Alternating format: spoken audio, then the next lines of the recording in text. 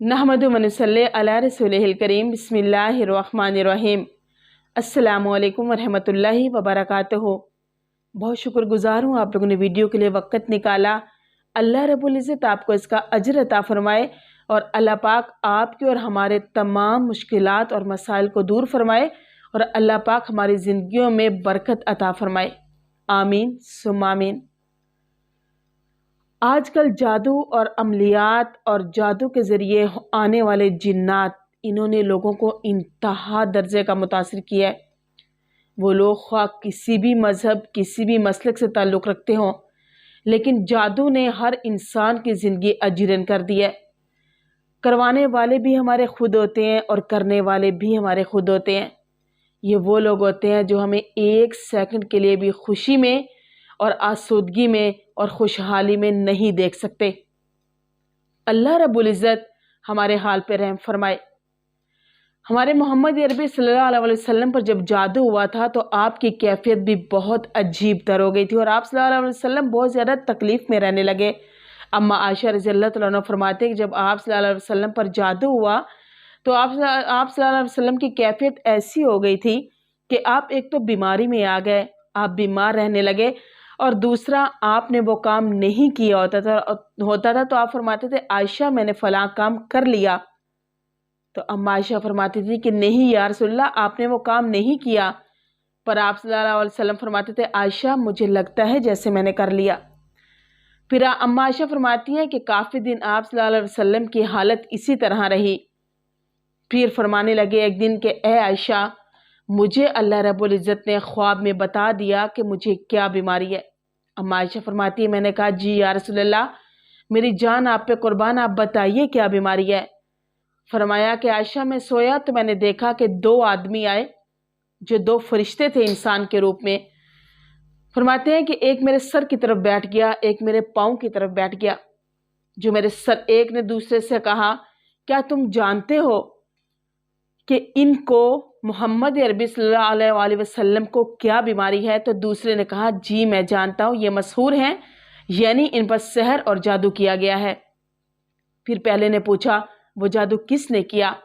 तो दूसरे ने फरमाया कि वो जादू लुबैद बिन आसिम जो मुनाफिक था उसने वो जादू किया है। फिर पहले ने पूछा क्या तुम जानते हो वो जादू किस पे किया गया? तो फिर दूसरे ने कहा वो जादू आप सल्लल्लाहु अलैहि वसल्लम के कंघे के दंदाने मुबारक और आपके बाल मुबारक लेकर उन पर जादू किया गया है। फिर पहले ने पूछा वो किस तरह किया गया? तो दूसरे ने बताया कि आपके बाल मुबारक लिए गए हैं और उनको 11 गिरहें लगाई गई हैं और हर गिरा पे जादू करके और उनको दफनाया गया है। फिर दूसरे ने कहा क्या तुम जानते हो कहाँ दफनाया है? फिर पहले ने कहा कि फलां खजूर का बाग है, उसके अंदर एक कुआं है, उसके अंदर उन बालों को और कंघे के दंदानों को दफनाया गया है। कहा मुझे वो जगह दिखाओ। आप फरमाते हैं मैंने वो जगह ख्वाब में देखी। जब आप सुबह बेदार हुए तो आपने जाकर वो जगह उसी तरह देखी तो फरमाया मुझे ख्वाब में यही कुआं दिखाया गया था। फिर आप सल्लल्लाहु अलैहि वसल्लम ने सहाबा को फरमाया, सहाबा ने अंदर से वो आप सल्लल्लाहु अलैहि वसल्लम के बाल मुबारक निकाले जो 11 गिरहें लगी हुई थी और कंघे मुबारक के दंदाने भी आप सल्लल्लाहु अलैहि वसल्लम के सहाबा ने निकाले। तो आपकी हालत उसी वक्त बेहतरी की तरफ आना शुरू हो गई। फिर अल्लाह रब्बुल इज़्ज़त ने हमारे लिए, हमें बताने के लिए उम्मत मोहम्मदिया को कि इस जादू का तोड़ क्या है, अल्लाह रब्बुल इज़्ज़त ने सूरत फलक और सूरत नास उतारी और फरमाया ए मेरे मोहम्मद अरबी सल्लल्लाहु अलैहि वसल्लम कुल आऊज़ु बि रब्बिल फलक से शुरू होके मिनल जिन्नति वन नास तक 11 आयतें और 11 गिरहें, हर आयत पढ़ते जाओ और हर गिरा खोलते जाओ।